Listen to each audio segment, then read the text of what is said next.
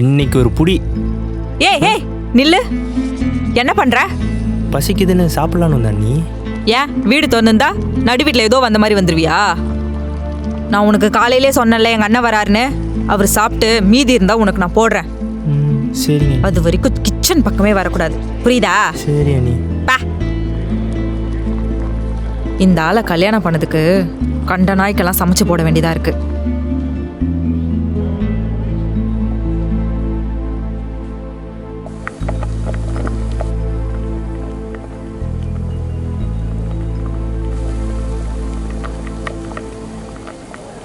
தங்கச்சி, அண்ணா வந்திருக்கேன்டா. அண்ணே அண்ணே வாங்கண்ணே. ஆமா வாமா, நல்லா இருக்கியா?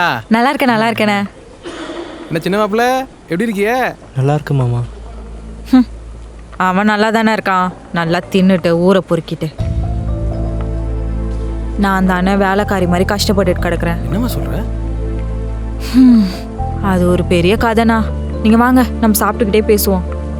அம்மா உன்கிட்ட பணம் வாங்கிட்டு சொல்லிச்சு. ரெடி பண்ணிக்கலானே. அதெல்லாம் போறதுக்குள்ளே பல்கா அட்டே போடணும். அண்ணே, உனக்காக சிக்கன் பிரியாணி செஞ்சிருக்கேனே. சிக்கன் பிரியாணியாவா? போடுமா, போடு. லெக் பீஸ்ண்ணே. லெக் பீஸா? சாப்பிடு. இது தெரிஞ்ச காலையிலே சாப்பிடாம வந்திருப்பானே. போடுமா, போடு. நல்லா சாப்பிடுண்ணே. மா குழப்பம் சூப்பர்மா.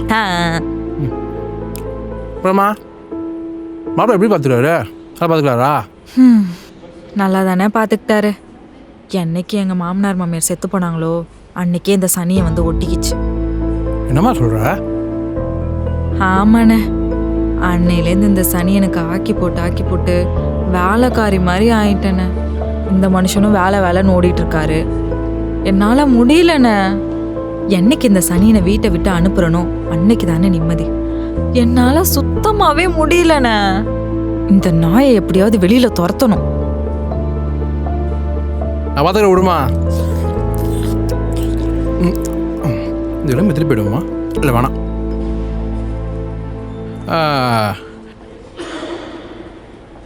ஏன் மாப்பிள்ள, தம்பி வந்தாலும் 3 வேளை இங்கேயே சாப்பிட்றதா? என் தங்கச்சி அவன் அண்ணனுக்கு கல்யாணம் பண்ணி கொடுத்தானா இல்லை உனக்கு கல்யாணம் கொடுத்தானா மாப்பிள்ள?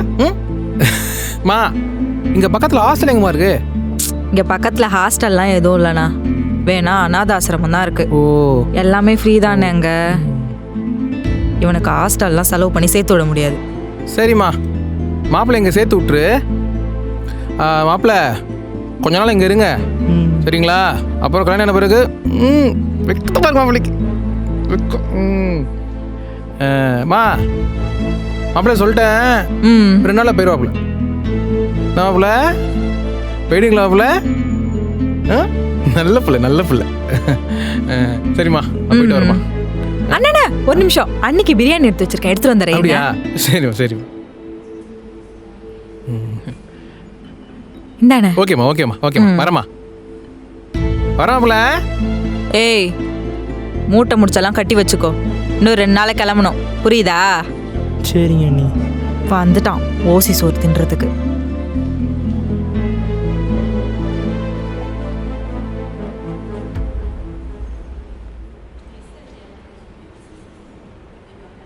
நான் குமார், காலேஜில் எப்படி போகுது? நல்லா போகுதுண்ணே. ரொம்ப பசியுது. உங்கள் அண்ணி வேறு என்ன சமைச்சு வச்சிருக்கானே தெரில. ஐஷோ, சொல்லுங்க. என்ன சமைச்சு வச்சிருக்க? பசியுது ரொம்ப. எல்லாம் ரெடியாக தாங்க இருக்கு. ஆனால் உங்களுக்கு மட்டும்தான் இருக்கு. உங்கள் தம்பியை வெளியே சாப்பிட்டுக்க சொல்லுங்க.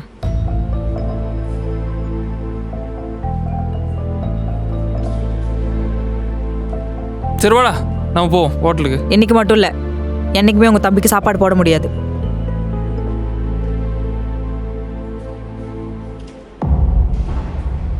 புரியல, என்ன சொல்ல வர? சமைச்சு போட முடியாது. என்ன நினைச்சிருக்க நீ?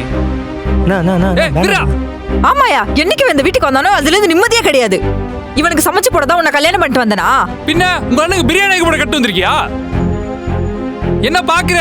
வரவில்லை, உங்க அண்ணனை பார்த்துட்டு தான் வர. அவன் தின்னது மட்டும் இல்லாம அவன் குடும்பத்துக்கே செஞ்சான் பிரியா. நீ என்ன அவனுக்கு தனியா ஸ்பெஷலா செஞ்சு போடுற? ஏதோ நீ சாப்பிடுறதுல ஒரு சோறு குடிக்க முடியாது அவனுக்குனால. போதுமா இப்ப சந்தோஷமா உனக்கு?